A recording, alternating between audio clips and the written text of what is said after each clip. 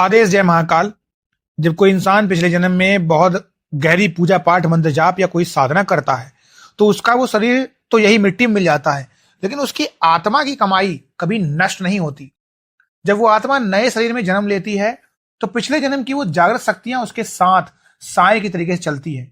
साधक अक्सर जानना चाहते हैं कि गुरुजी हमें कैसे पता चलेगा कि हमारे साथ पिछले जन्म की कोई शक्ति चल रही है।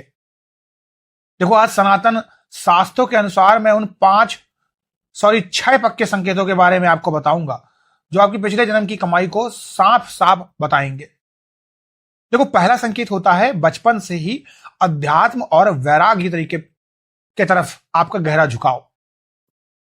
जब कोई साधारण बच्चा खेल कूद में व्यस्त रहता है यानी मगन रहता है, तब पिछले जन्म की शक्ति वाला बच्चा एकांत ढूंढता है। उसे मंदिर की घंटियां, संख की आवाज और संतों की बातें अपनी तरफ खींचती हैं।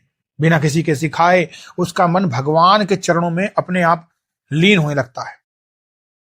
दूसरा संकेत है मंत्रों और शास्त्रों को एक बार में सुनकर याद कर लेना। जब आप इस जन्म में कोई नया मंत्र सुनते हैं या कोई शास्त्र पढ़ते हैं तो आपको ऐसा लगता है जैसे ये सब आपका पहले से सुना हुआ है। आप बहुत कठिन मंत्रों का उच्चारण भी इतनी साफ शुद्धता के साथ करते हैं कि लोग हैरान रह जाते हैं। यह इस बात का प्रमाण है कि आपकी जीभ पर वो रगड़ पिछले जन्म में ही पक्की हो चुकी थी।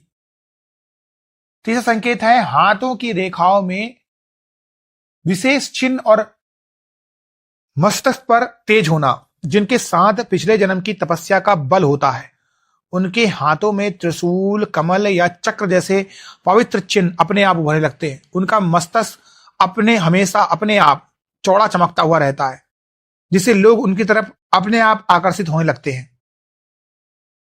चौथा संकेत है भविष्य में होने वाली घटनाओं का पहले से ही आभास हो जाना।